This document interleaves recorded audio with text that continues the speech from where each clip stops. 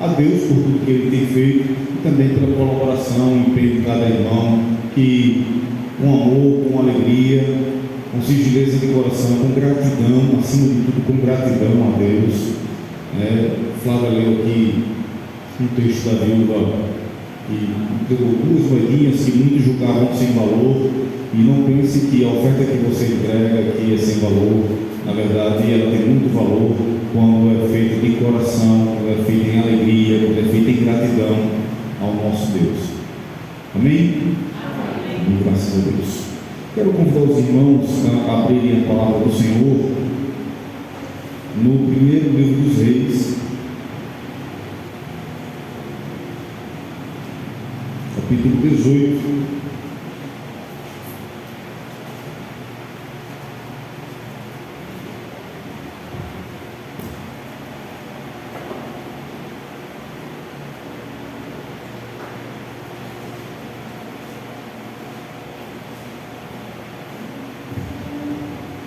Primeiro livro dos Reis, capítulo 18, vamos ler a partir do verso 41.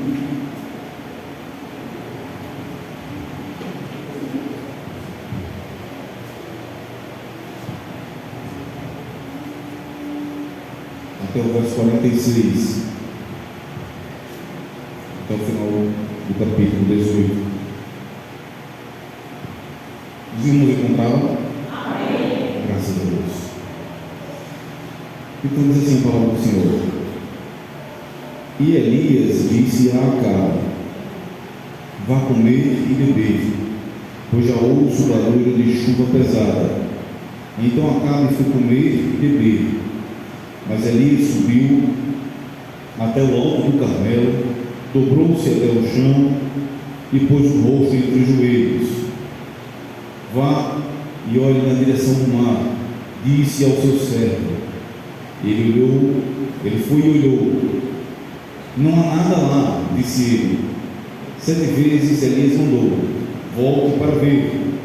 A 7ª vez o servo disse: uma nuvem tão pequena quanto a mão de um homem está se levantando do mar.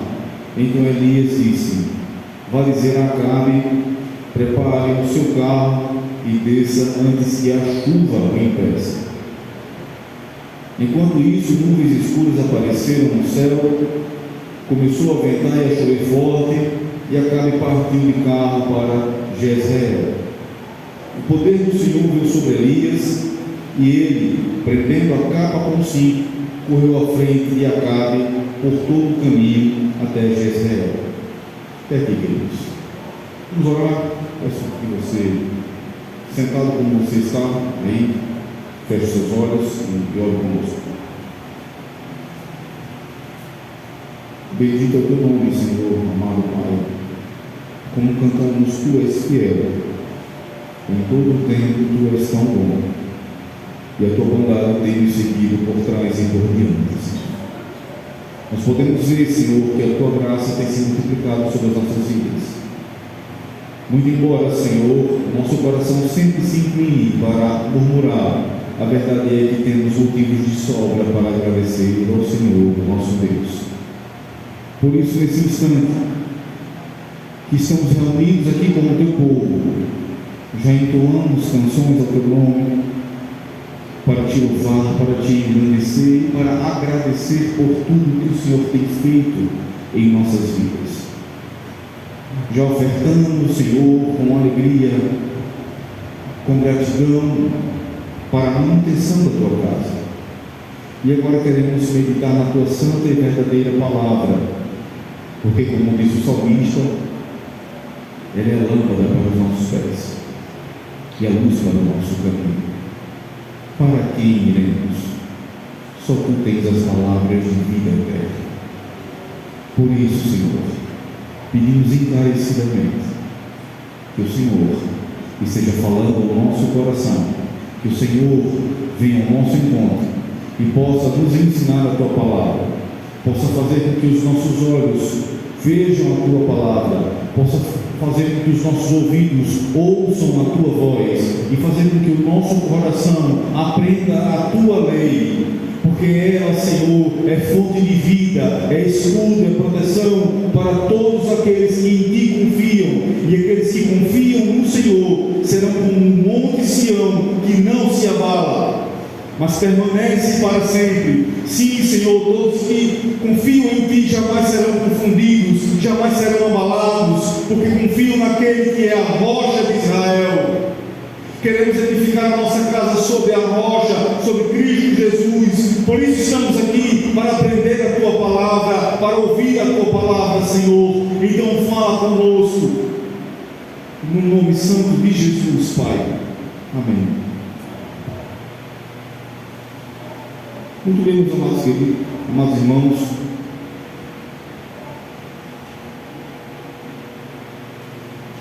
Nós temos aqui um texto da palavra do Senhor, acredito que muito conhecido, e eu gostaria de relembrar algumas coisas que já estudamos, que já falamos, até esse ponto aqui, para que a gente compreenda melhor o trabalhar de Deus na vida do profeta Elias e, paralelamente, o trabalhar de Deus na vida de Israel, do povo de Israel. Nós dissemos para os amados irmãos, na primeira mensagem sobre Elias, que o problema maior naquela época era o rei Acabe,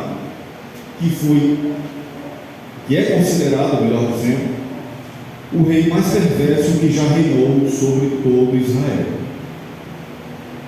De forma que nem antes dele, nem depois dele, houve alguém mais ímpio do que ele. Dissemos para os amados irmãos que ele teve a audácia de reconstruir Jericó. Vocês sabem que quando o povo sai do Egito, e após peregrinar no deserto durante 40 anos, para entrar em Canaã, para entrar na terra prometida, Josué tem de tomar Jericó. E a queda de Jericó simboliza a conquista da terra prometida. E ele, num ato de paganismo terrível, ele reedifica essa cidade. Aquilo que Deus havia mandado derrubar, ele reedifica.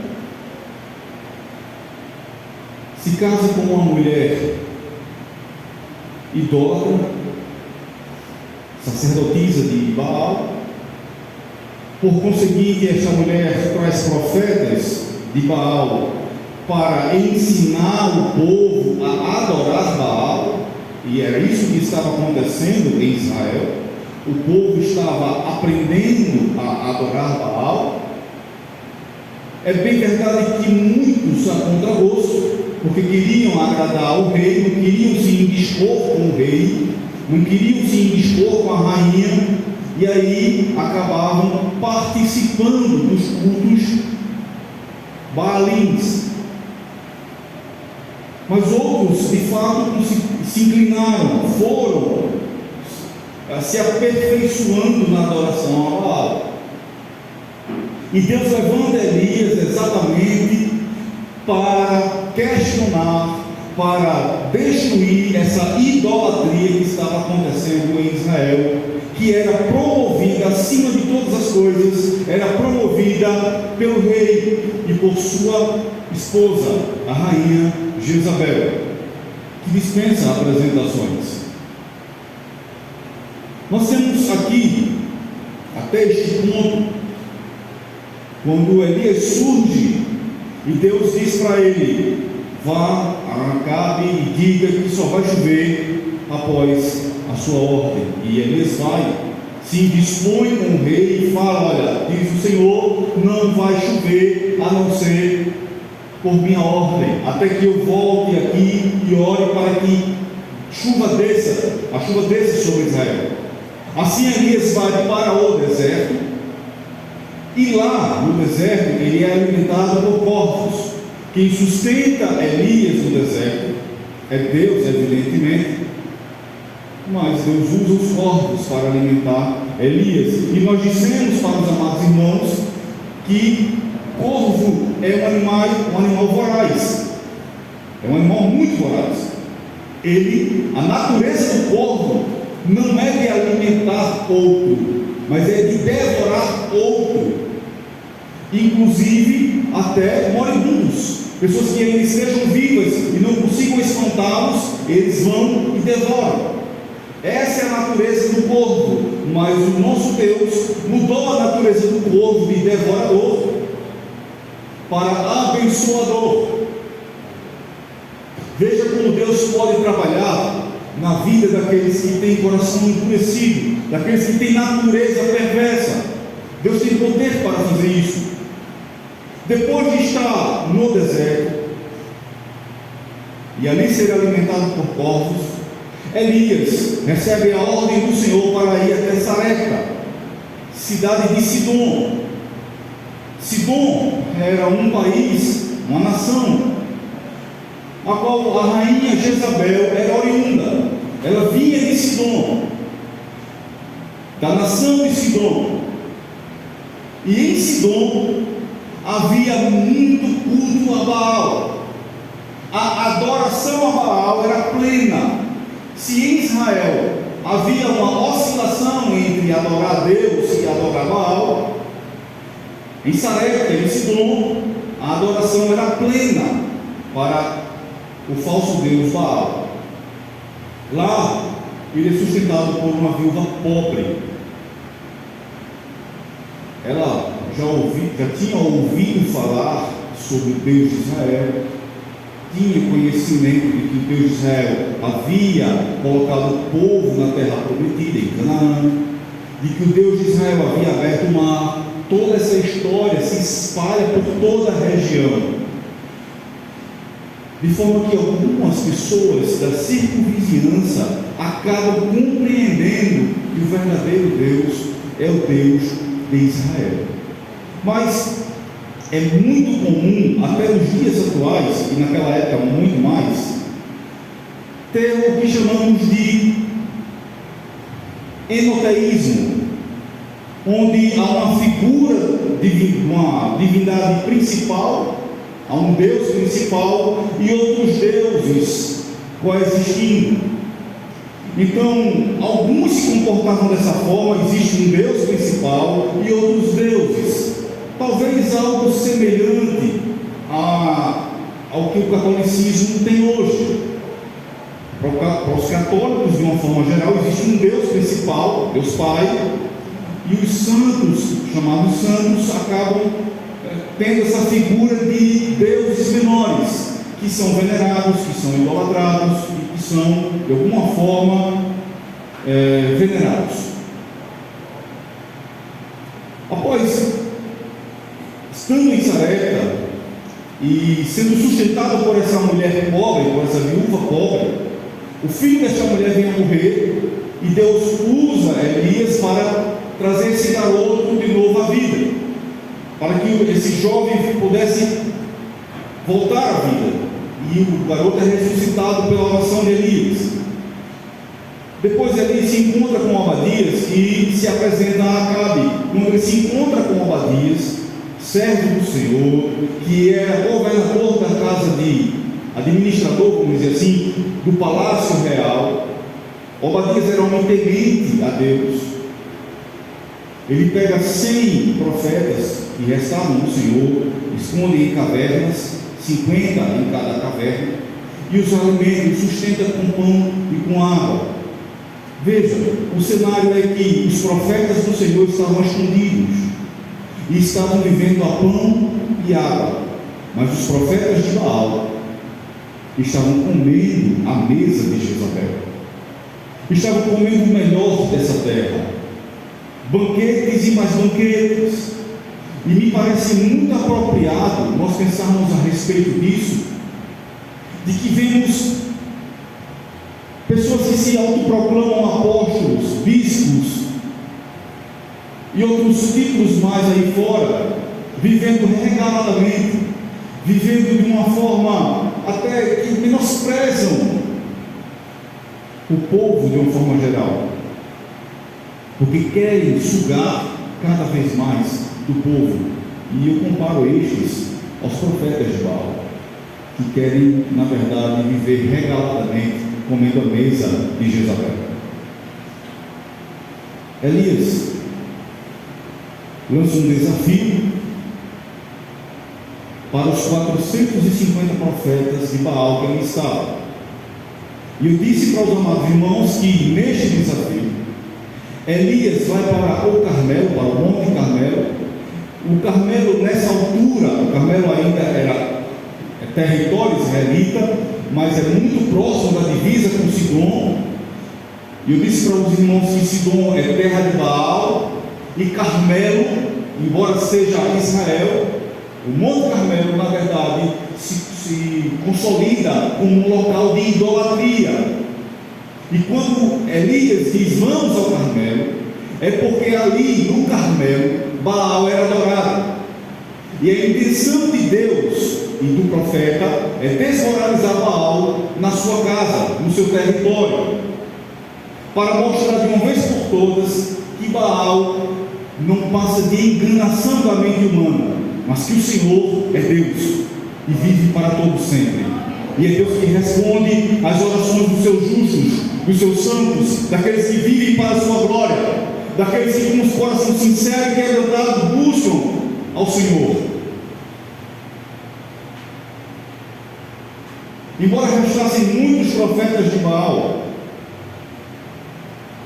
Elias, com a aprovação do povo, e talvez o rei, eu penso que Acabe ele não quis se indispor com o povo, mas ele não concordou com a morte dos profetas de Baal. Mas Elias aproveita o momento, depois de ter feito o sacrifício, Deus ter respondido com fogo, ele extirpa, ele mata, manda destruir esses profetas baalins, 450 pelo menos, e por essa purificação parcial, vamos dizer assim, Deus já anuncia o envio das chuvas.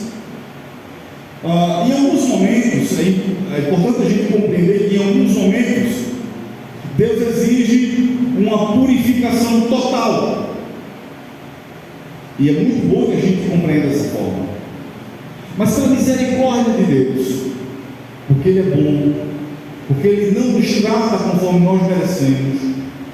Às vezes, apenas um único passo em direção ao Senhor, Ele se volta para nós. Mesmo que ainda restem coisas a serem removidas em nosso coração, um ato de boa vontade pode mover a mão de Deus em nosso favor. Eu quero que você compreenda isso. Nós não somos santos, purificados. Eu falo santo no principal significado da palavra. Eu não falo da justificação, mas eu falo de santidade de fato. Veja e observe que em sua vida há muitas coisas para serem removidas, para serem tratadas. Mas um único ato de boa vontade em direção a Deus pode mover a mão de Deus em nosso favor. Voltem para mim, diz o Senhor, e eu me voltarei para vocês. Quando nós, mesmo com falhas, com pouca força no nosso coração, nos voltamos para o Senhor, Ele se volta por completo para nós. A ideia é que, por exemplo, Deus está aqui, à minha esquerda, por exemplo, e eu apenas faço um movimento de querer me voltar para Ele. Enquanto eu faço este movimento, Deus já está se voltando por completo para me abraçar e para se encontrar comigo. E pense dessa forma. Não fosse assim, irmãos, nós andaríamos completamente longe dos caminhos do Senhor. Se dependesse de nós sempre voltar por completo, por inteiro para o Senhor, nós andaríamos desgarrados, como ovelhas sem pastor. Mas cada vez que a gente, mesmo com nossa falha, mesmo com nossa fraqueza, a gente se inclina em direção ao Senhor, Ele se volta para nós. Voltem para mim, e eu me voltarei para vocês, diz o Senhor dos Exércitos. Veja se não tem sido assim na sua vida. As fraquezas, as dificuldades, você reconhece que precisa do Senhor.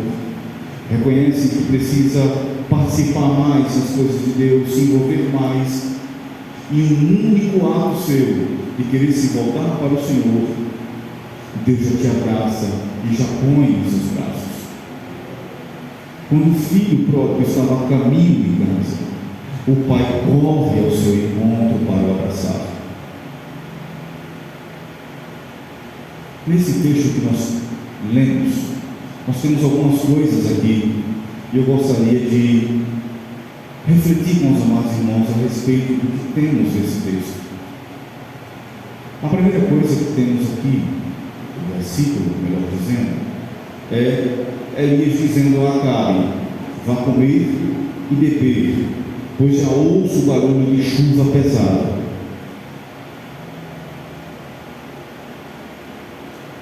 Elias diz para Acabe: você sabe quem é Elias a essa altura e já sabe quem é Acabe. Acabe é a típica pessoa que nós dizemos que não é flor que se cheira. É um homem idólatra, perverso e convicto na sua perversidade, na sua impiedade. E Elias diz para ele: vá comer e beber, pois já ouço o barulho de chuva pesada. Vá celebrar, em outras palavras, pois a bênção de Deus já está a caminho. Veja, alguns versículos antes, quando Acabe se encontra com Elias, Elias está ali para correção, para que o povo se voltasse para o Senhor, deixasse a perversidade, deixasse a adoração a Baal, deixasse a idolatria e se voltasse para o Senhor. Essa é a intenção principal de Elias, ou talvez única. Enquanto Acabe estava se encontrando com Elias, a palavra de Acabe para Elias é você mesmo, perturbador de Israel. Mas perceba que Elias não está aqui para perturbar Israel, ele está para trazer conserto e bênção da parte de Deus. Claro, primeiro é preciso que o altar seja endireitado, porque Deus se importa muito com a forma que nós adoramos ao Senhor. Não é de toda forma, não é de todo jeito. Deus exige ser adorado em espírito e em verdade. A chuva já vinha a caminho, mas ninguém, exceto Elias, sabia. Olharam para o céu, provavelmente Acabe olhou para o céu e viu aquele sol de Torá, como a gente costuma dizer, aquele sol de rachar. Mas Elias, o profeta de Deus, já ouvia pela fé o barulho de uma chuva muito forte. Provavelmente Acabe até duvidou em seu coração. E Elias diz para ele: vá celebrar, porque eu já ouço o barulho de chuva pesada. A chuva que estava para cair era a prova incontestável de que o Senhor era o Deus de Israel. Pois ele respondeu à oração de Elias, mas Baal nada fez de bom pelo povo. Veja como Deus pode, através de um único servo seu, mudar completamente os rumos de uma nação inteira. Eu quero que você tenha uma coisa em mente: o cenário anterior ao que estamos tratando aqui é de que um único homem de Deus se dispõe a combater 450 profetas de Baal, o rei com toda a sua comitiva e todo o povo. Uma única pessoa que se lança nas mãos do Senhor pode ser usado por Deus, pode ser usada por Deus como instrumento da sua graça. A nossa geração está para ver o que um homem ou uma mulher cheia do Espírito Santo, eu vou dizer de novo, cheia do Espírito Santo, pode fazer. A nossa geração ainda não viu o que um homem ou uma mulher cheia do poder de Deus, cheia do Espírito Santo, pode fazer. Acabe levantou-se pela manhã em aflição e grande perturbação de coração, mas Deus demonstrou o seu amor e a sua misericórdia para com ele e para com Israel. Embora o rei não tivesse se convertido, Deus mesmo assim envia suas bênçãos. Veja, a figura do Acabe aqui, eu quero que você compreenda algo. Pode ser o seu vizinho, que se inclina sempre para aquilo que não é de Deus. A figura do Acabe aqui pode ser um parente seu, que é idólatra e odeia as coisas de Deus. A figura do Acabe aqui pode estar presente nos mais diversos locais. Mas nós, como servos do Senhor, não devemos temer a Acabe. Nós devemos confrontá-lo e mesmo assim ser canal de bênção para a vida dele. Acabe não se converte, Acabe não se arrepende do seu pecado, ele não se volta para o Senhor, mas mesmo assim Deus envia a bênção. É verdade, o povo se volta para o Senhor, porque quando Deus responde com o fogo ao sacrifício de Elias, o povo grita: só o Senhor é Deus. É bem verdade. Mas a figura principal, o rei, ainda milita contra os servos do Senhor, ainda luta contra Deus, mas mesmo assim Deus ordena a bênção. Quantos e quantos ímpios você não conhece que pediu oração, que pediu para você de alguma forma ser canal de bênção na vida dele? Você ora e Deus o abençoa, mesmo assim não se converte, mesmo assim não se voltam para Deus, recebem as bênçãos de Deus, mas não se voltam para Deus. Percebam que receber bênção da parte de Deus, receber vitória da parte de Deus, só significa que Deus é misericordioso, não significa dizer que somos privilegiados ou muito amados por Ele ou seus amigos. Quando recebemos algo da parte de Deus, o nosso coração evidentemente tem que agradecer a Deus, mas também tem que tremer diante do Senhor, pois Ele é Deus. Então Acabe, verso 42, então Acabe foi comer e beber, mas Elias subiu até o alto do Carmelo, dobrou-se até o chão e pôs o rosto entre os joelhos. Acabe vai comemorar a chegada da chuva, mas Elias vai se apresentar ao Senhor em oração. Enquanto alguns comemoram as bênçãos, outros permanecem em oração, seja para agradecer, seja para interceder, a fim de não abrir brechas para que as forças malignas possam impedir o agir de Deus. Uns comemoram, já começam a cantar vitória, nem têm intimidade com Deus, mas já aguardam a bênção. Mas eu e você, nós como servos do Senhor, devemos permanecer em oração, para neutralizar completamente as forças malignas que militam contra a igreja de Cristo, que militam contra o povo de Deus. Não se engane, o diabo, vosso adversário, está ao vosso derredor, rugindo como um leão, procurando quem possa devorar. Não é à toa que depois que Paulo, no final da carta aos Efésios, ele diz: finalmente, irmãos, fortaleçam-se no Senhor e no seu forte poder. Revistam, pois, toda a armadura de Deus, para quando chegar o dia mau, vocês permanecerem firmes. Muitas vezes a gente está militando contra o inimigo, está lutando no campo do inimigo e se esquece de vestir a armadura de Deus. Quantas e quantas vezes você não já começou a orar pela salvação de alguém, pela cura de alguém, e subitamente você é tomado, cercado por lutas infindáveis, tudo porque você decidiu se colocar diante de Deus como instrumento da sua graça. Provavelmente, enquanto eu falo, está aí na sua mente, passando vários e vários momentos. Eu creio que é assim, porque todas as vezes que nós queremos buscar a Deus com sinceridade, fazer a obra de Deus com legitimidade, o diabo se levanta para perseguir o povo de Deus. Não é que o diabo possa impedir os planos do Senhor,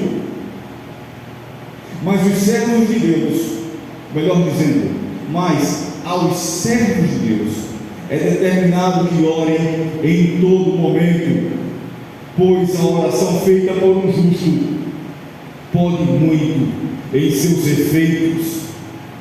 A oração feita por um justo pode muito em seus efeitos. A oração feita por um justo pode muito em seus efeitos. Veja se não é isso que está aqui no texto. O povo precisando de chuva. Não é dito que o povo foi se humilhar na presença de Deus para pedir a Deus que mandasse chuva. Não é dito que o povo se reúne ao entorno de Elias para buscar a presença de Deus e pedir por chuva e clamar por chuva. Eles estavam sendo castigados, fustigados, estavam padecendo necessidade, mas mesmo diante da necessidade, não se voltam por empenho para o Senhor, não se arrependem dos seus pecados e não clamam aquele que pode enviar a chuva. Mas Elias está ali, e talvez Deus tenha colocado você como Elias na sua casa, no seu trabalho, onde você esteja, exatamente para clamar em meio à incredulidade, exatamente para buscar a presença de Deus, enquanto uns se casam e estão em casamento. A oração do justo muito pode em seus efeitos.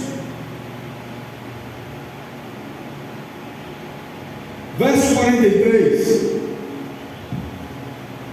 é dito: vá e olhe na direção do mar.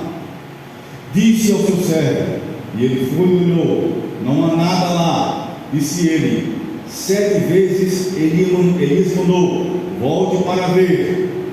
Elias ordena ao seu servo para que ele olhe na direção do mar, ou seja, na direção de onde a chuva pode vir. De onde é que a chuva vem aqui em Caruaru? Dessa banda ou desta?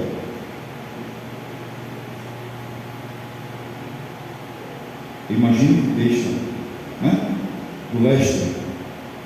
Então não adianta mandar olhar para lá, tem que mandar olhar para o leste.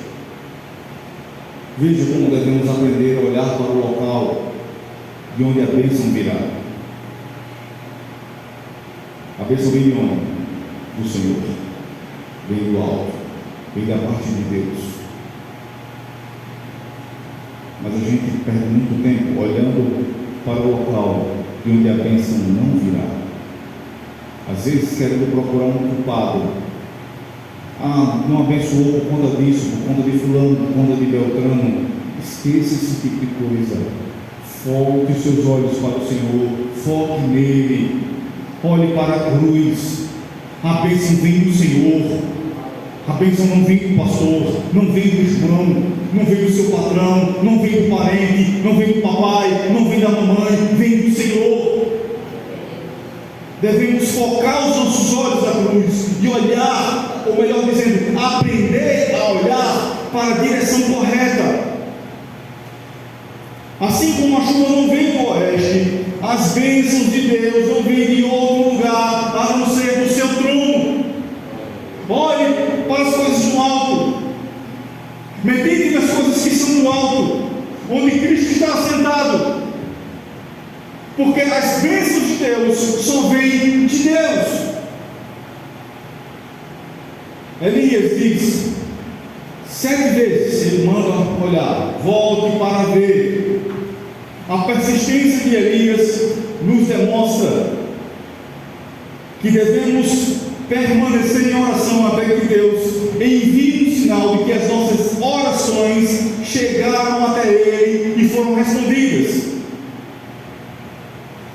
A persistência de Elias nos ensina que nós devemos permanecer em oração até que Deus responda do alto, até que Deus responda a sua oração. Mas nós costumamos dobrar o nosso joelho e dizer: Senhor, faz isso, se não for da tua vontade, tudo bem.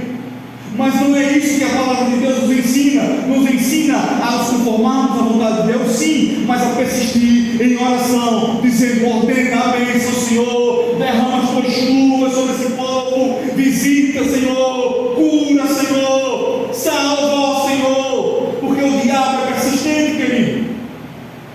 Ele não desiste do seu filho, ele não desiste do seu marido, ele não desiste de sua esposa, ele não desiste da sua vida, ele não desiste da sua família. Então lute com todas as forças que houver em você, persiste em oração, buscando a presença de Deus, apresentando-se diante do Senhor e apresentando aqueles a quem você ama.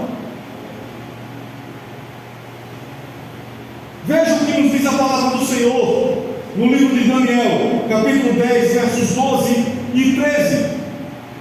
Daniel 10, versos 12 e 13. Repetindo, Daniel 10, versos 12 e 13. Diz assim a palavra do Senhor: e ele prosseguiu. Esse é o anjo, o mensageiro de Deus, falando com Elias, com Daniel. E ele prosseguiu: não tenha medo, Daniel.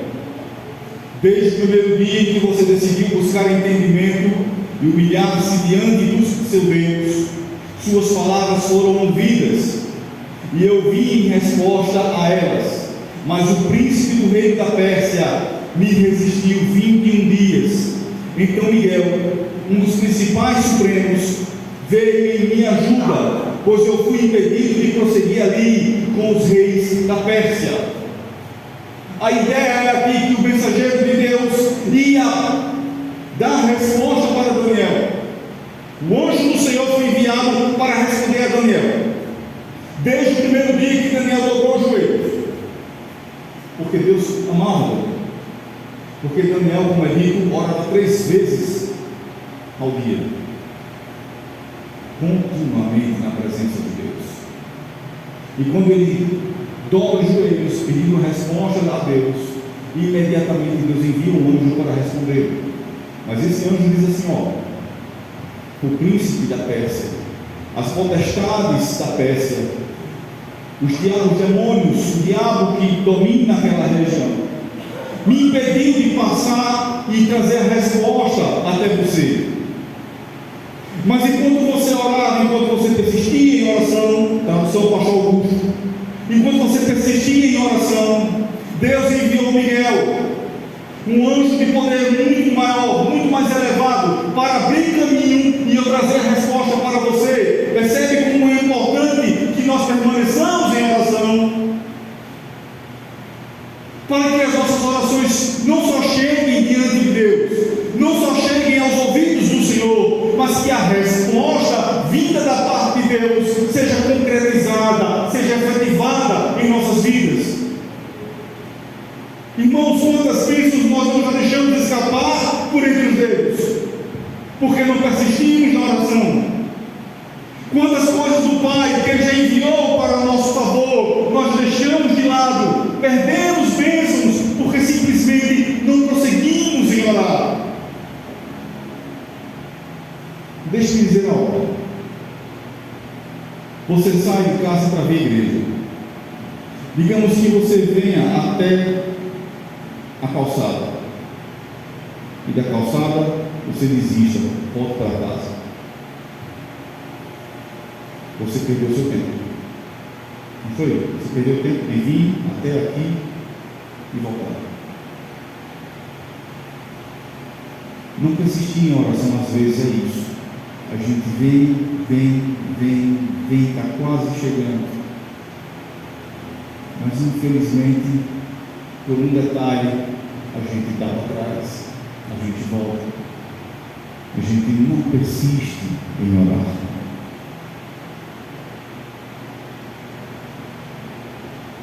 Verso 44, na 7ª vez, o servo disse: vejo uma nuvem tão pequena quanto a mão de um homem que está se levantando. Então Elias disse: vá dizer a Acabe, prepare o seu carro e desça antes que a chuva impeça. A nuvem poderia ser pequena, mas trazia consigo um grande significado. Provavelmente aquele servo Elias não entendia o significado daquela nuvem, não entendia a importância daquela nuvem. Ele talvez fale aqui até num tom de ó, se é chuva que você está esperando, Elias, veio uma nuvem tão pequena que é tamanho da mão de um homem, então um sinalzinho de fumaça, sabe, de vapor tão distante. Eu acho que não tem condições de chover. Vejamos como devemos aprender a interpretar os sinais e a ouvir a voz de Deus de forma correta.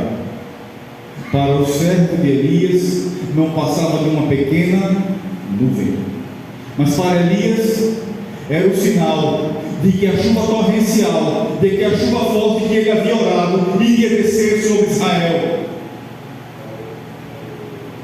Mesmo assim em nossas vidas, pequenos sinais, louve a Deus, comemore as pequenas vitórias que Deus deu a você, comemore e diga: o Senhor é bom, o Senhor é bom. Vou contar uma coisa para os irmãos aqui.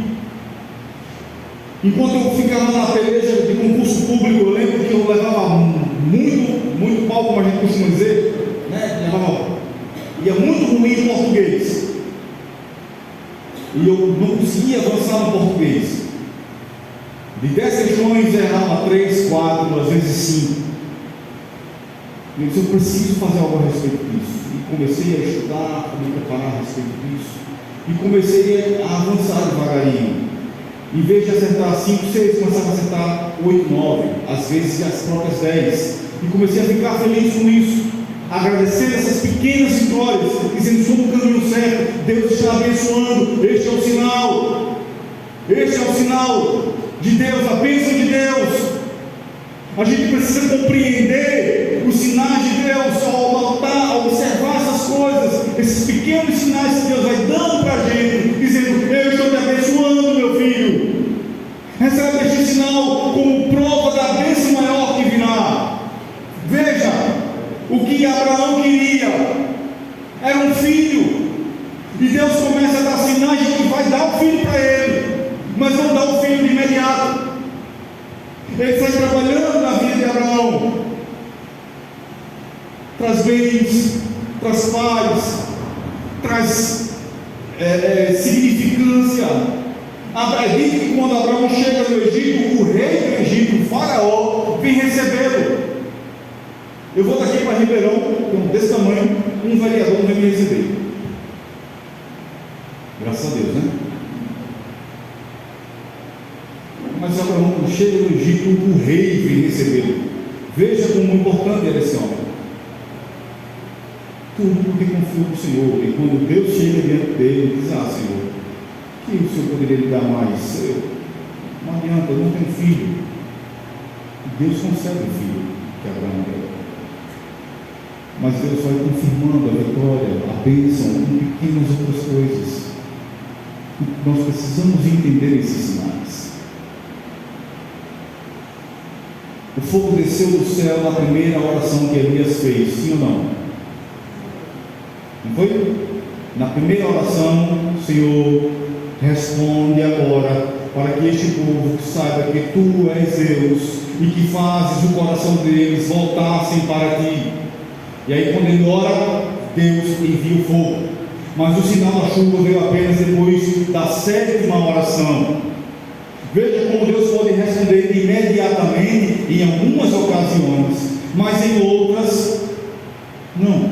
Talvez porque Ele queira que aprendamos a perseverar em oração. Deus pode responder na primeira oração, sim, não é a regra. Deus, você dobrou o joelho, Deus respondeu de imediato, não é a regra. O que a Bíblia nos ensina é que Ele pode responder de imediato, mas que também pode demorar um pouco mais, porque Ele quer que nós aprendamos a perseverar em oração, a estar em oração, a buscar o Senhor, a nos habituar em intimidade com Ele.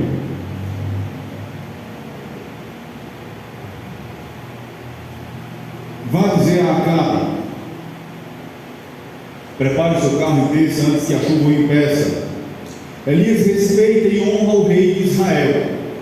Ele poderia não dirigir uma única palavra a Acabe, deixa ele atolado lá na lama. Mas ele respeita o rei de Israel, embora Acabe não merecesse, porque essa é a ordem de Deus. 1 Pedro 2,17, não precisa você abrir.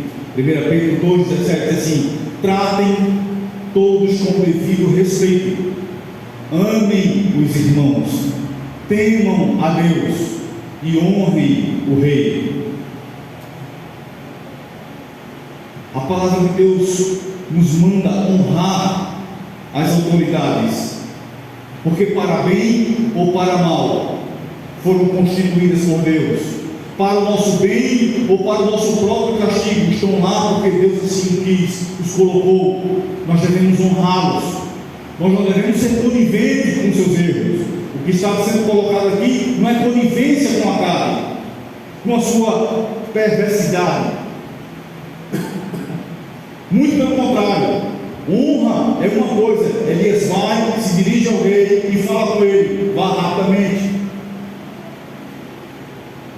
Verso 45: enquanto isso, nuvens escuras apareceram no céu, começou a ventar e começou a chover forte, e Acabe partiu em carro para Jezreel, ou Jezreel.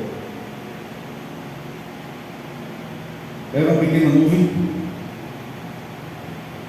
logo no início, uma nuvem, e diz o servo de Elias, tão pequena quanto a mão de um homem, sem importância, sem significado, sem relevância. Mas Elias olha e vê essa pequena chuva, essa pequena nuvem, como algo vindo da parte de Deus, como resposta vindo de Deus. A chuva que Elias ouvira, ele diz: eu já ouço o barulho de chuva forte. Lembra logo nos primeiros versículos? Eu já ouço o barulho de chuva forte. Agora é uma realidade, pois Deus tem prazer em restaurar o seu povo e atende a oração feita com persistência e fé. Talvez eu possa traduzir aqui em algo que Deus tinha prometido para você. Tenha dito para você que vai salvar os seus, que vai lhe abençoar, que vai abrir uma porta que você muito quer. E parece que quando se concretiza isso, a gente fica como que diz o salmista: quando o Senhor restaurou a nossa sorte, foi como um sonho. Salmo 126, foi como um sonho. E de fato, o barulho de chuva agora se converte em chuva efetiva. As promessas de Deus vão se cumprir, porque Ele é fiel. Se Deus prometeu, Ele fará. Tão somente acalme o seu coração, porque quem peleja por você, meu querido, é o Senhor dos exércitos, é o Deus criador dos céus e da terra. Ele tem cuidado de vocês, como disse o nosso Senhor Jesus Cristo, porque vocês andam aflitos e angustiados, pensando que comeremos ou que vestiremos. Quem cuida de você é o Senhor.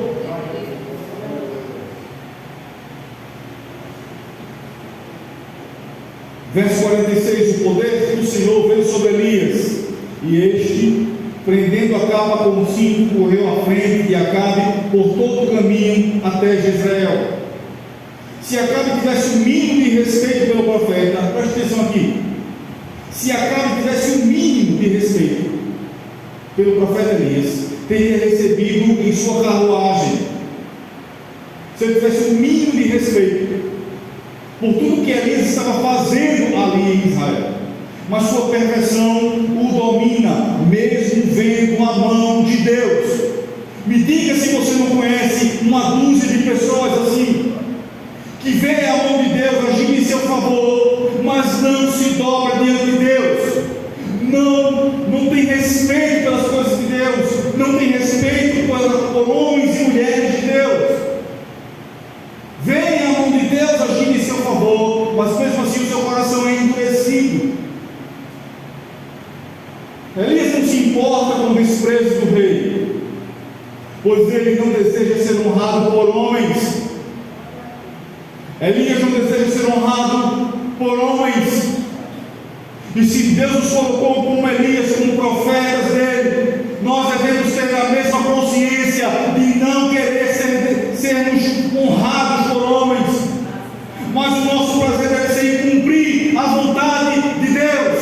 Não se preocupe se o seu patrão, se o seu vizinho, se o seu pastor, se o seu líder não lhe honra, não se preocupe com isso.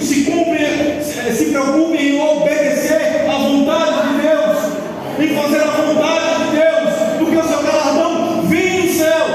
Aleluia!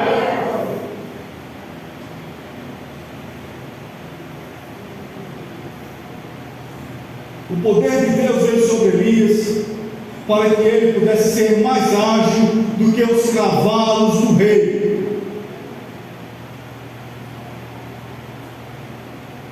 E assim anunciar as boas novas para aquele que não merecia ouvi-las.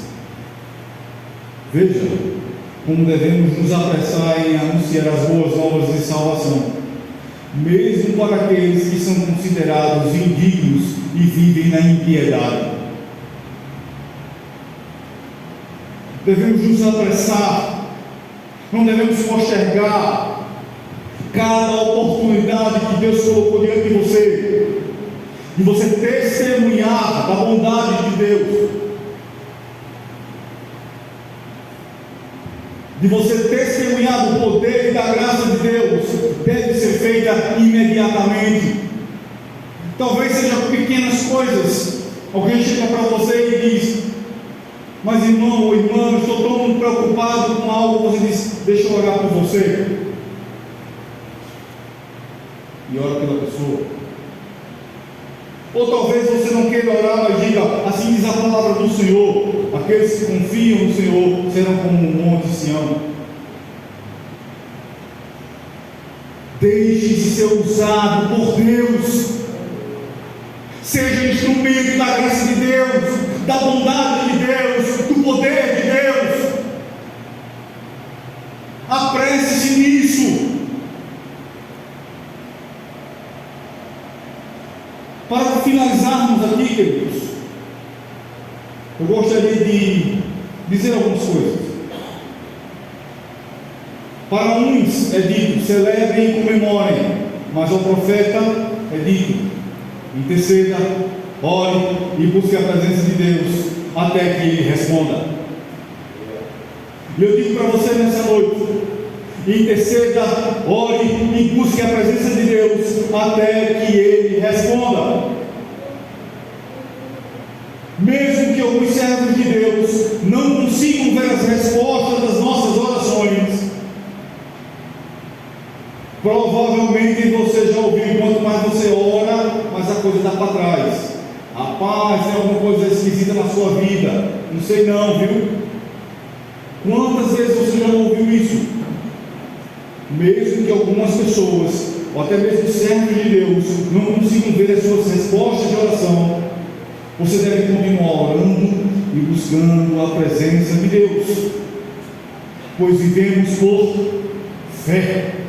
Vivemos por fé e não pelo que vemos. Nós vivemos por fé e não pelo que vemos. Se vivemos por aquilo que vemos, nós desistimos de imediato.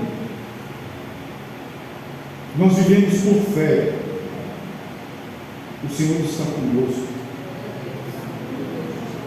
O Senhor é quem nos acolhe. Ele é a tua sombra à tua direita. De dia o sol não te ferirá, de noite a lua não te molestará, praga alguma chegará à tua tenda. Devemos aprender a compreender os sinais que Deus nos dá, mesmo que sejam pequenos como a mão de um homem. Deus nos dá sinais de que Ele está conosco, Ele nos direciona. São pequenas coisas, são simples, mas devemos aprender a compreender esses sinais que Deus nos dá. Sabe por quê? Porque isso traz refrigério para o nosso coração, isso renova as nossas forças. Você pode dizer para a sua alma: ei, minha alma, aquiete-se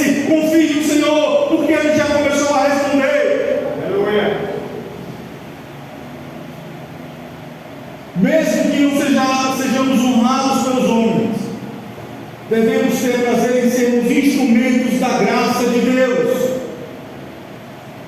Mesmo que não sejamos honrados aqui na terra, não ocupemos lugar de destaque, devemos ter prazer em sermos instrumentos da graça de Deus. Quantos e quantos irmãos nossos não serão coroados naquele dia e nós sequer sabemos o nome deles? A história não escreveu nada a respeito deles, mas serão honrados pelo Senhor.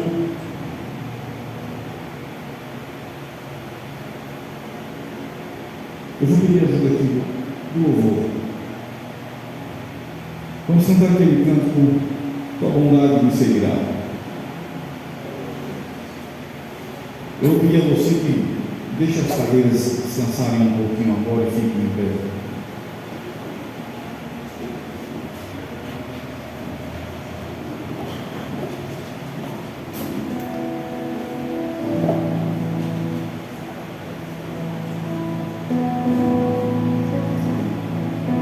Chegou